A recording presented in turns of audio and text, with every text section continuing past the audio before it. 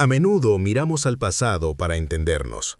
Esta noche centraremos nuestra atención en el año 1847 y la solemne historia de la duquesa de Praslin. Es un caso que nos recuerda que detrás de los registros históricos hay personas reales, cuyas vidas fueron cambiadas irrevocablemente por los acontecimientos que tuvieron lugar. Esta es su historia, lo mejor que se puede contar.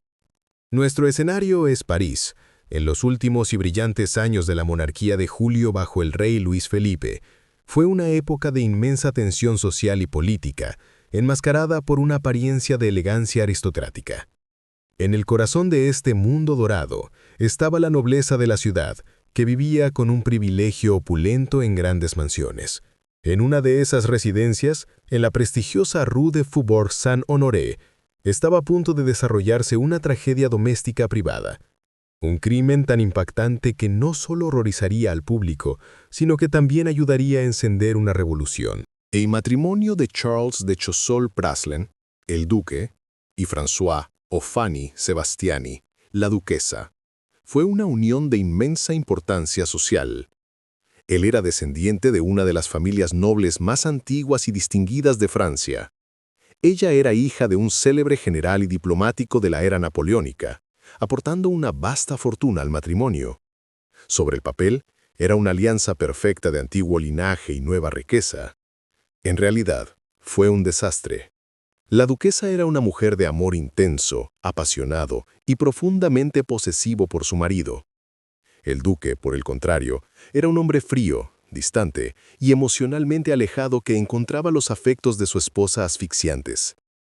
A lo largo de su matrimonio y el nacimiento de sus 9 hijos, su gran hogar se convirtió en un campo de batalla de guerra emocional, un lugar de amargas discusiones, resentimientos silenciosos y profunda infelicidad. En este ambiente doméstico tóxico llegó una mujer llamada Henriette de Lucy Desportes.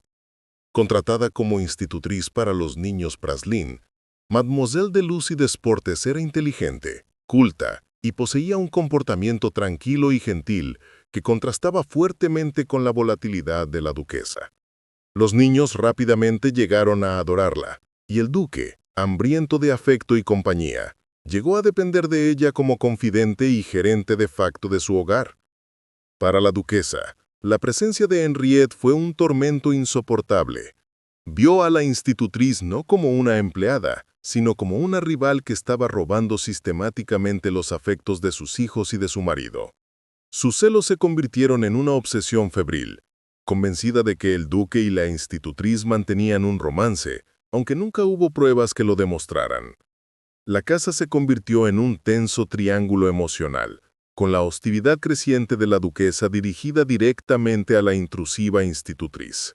En el verano de 1847, la situación había llegado a su punto de ruptura.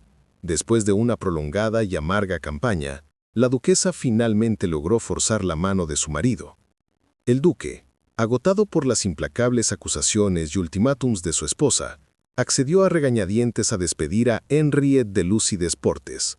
La institutriz empacó sus maletas y abandonó la casa Praslin, dejando atrás a los niños que había criado. La duquesa había ganado su victoria, pero no trajo paz. La atmósfera en la mansión se volvió aún más ponzoñosa. El duque estaba resentido y retraído, y la duquesa seguía profundamente insegura, temiendo que su marido intentara contactar a Henriette. La noche del 17 de agosto, el duque y la duquesa, que ocupaban apartamentos separados en la vasta residencia, tuvieron otra confrontación.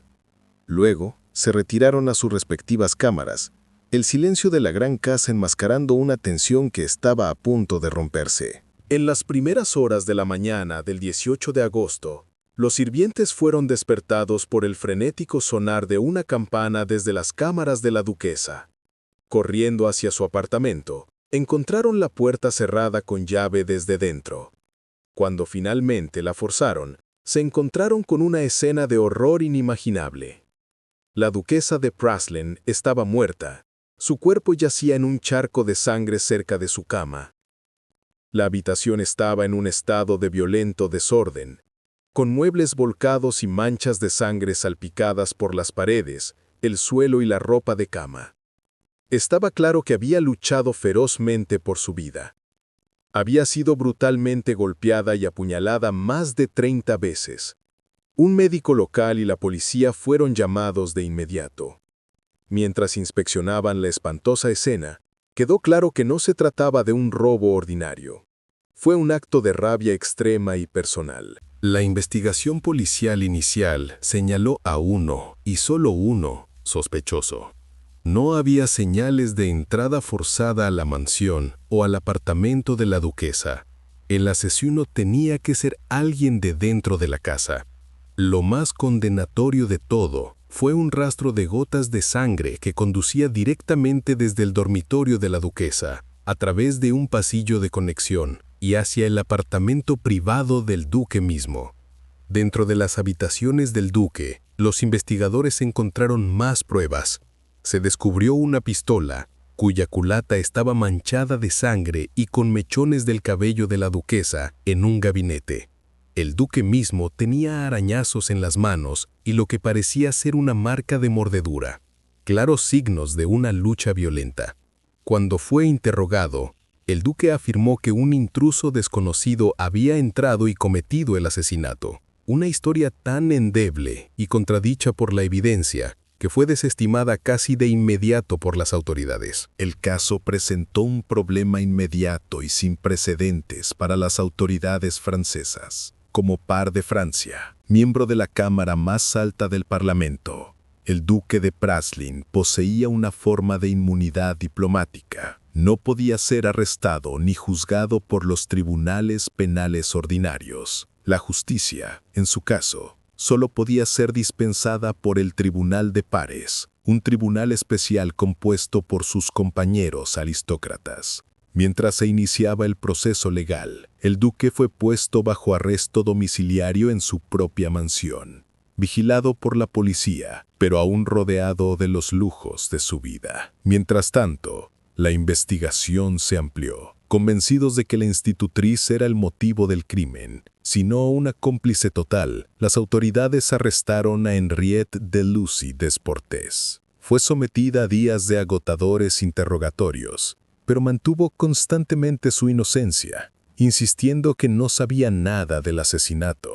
Mientras la nación observaba, atrapado por el escándalo que se desarrollaba, el caso tomó un giro impactante y dramático. El 24 de agosto, solo 6 días después del asesinato, y antes de que pudiera ser juzgado formalmente por sus pares, el duque de Praslin murió. Mientras estaba bajo guardia en su propia casa, se las había arreglado para ingerir una dosis letal de arsénico. Sus últimos días fueron una agonía de enfermedad e interrogatorios, mientras los magistrados intentaban desesperadamente obtener una confesión in extremis. El duque, sin embargo, se mantuvo desafiante hasta el final. Insistió en su inocencia, pero se negó a nombrar a cualquier otro culpable, llevándose la verdad completa de lo que sucedió en esa noche sangrienta a su tumba. Su suicidio fue un acto final y desesperado para escapar del juicio, pero para el público francés fue visto como nada menos que una admisión de culpa. La muerte del duque a manos propias creó una tormenta de indignación pública. La percepción fue que a un aristócrata, habiendo cometido un crimen monstruoso, se le había permitido engañar a la guillotina. Para las clases trabajadoras y el creciente movimiento republicano, el caso Praslin fue la prueba definitiva de la decadencia moral y la corrupción de la élite gobernante. Creían que el suicidio del duque fue asistido o permitido deliberadamente por un sistema diseñado para proteger a los suyos, evitando la vergüenza de que un noble fuera juzgado y ejecutado públicamente. La prensa avivó las llamas de esta furia con una cobertura sensacionalista, minuto a minuto.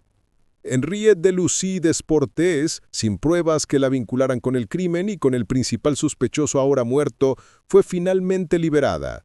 El caso legal se cerró, pero el Tribunal de la Opinión Pública había emitido su veredicto. La aristocracia estaba podrida hasta la médula.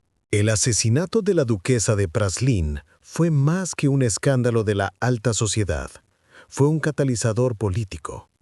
En un momento de dificultades económicas y creciente insatisfacción con la monarquía, el caso cristalizó la ira del público contra el régimen del rey Luis Felipe. El caso se convirtió en un símbolo de un sistema decadente, inmoral e injusto. Esta furia generalizada alimentó directamente el fervor revolucionario que se extendía por Europa. Justo 6 meses después, en febrero de 1848, el pueblo de París se levantó y la monarquía de Julio fue derrocada. Aunque no fue la única causa, el caso Praslin fue innegablemente una de las chispas clave que encendieron el fuego revolucionario. Una historia que comenzó como una tragedia privada de celos y rabia dentro de una sola familia infeliz, terminó ayudando a derrocar a un rey y cambiar el curso de la historia francesa. Gracias por pasar este tiempo con nosotros.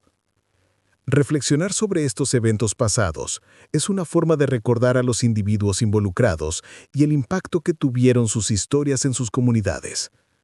Si tiene algún pensamiento sobre el caso de hoy, lo invitamos a compartirlo respetuosamente en los comentarios a continuación. Esperamos que se una a nosotros nuevamente para nuestro próximo caso de crimen verdadero.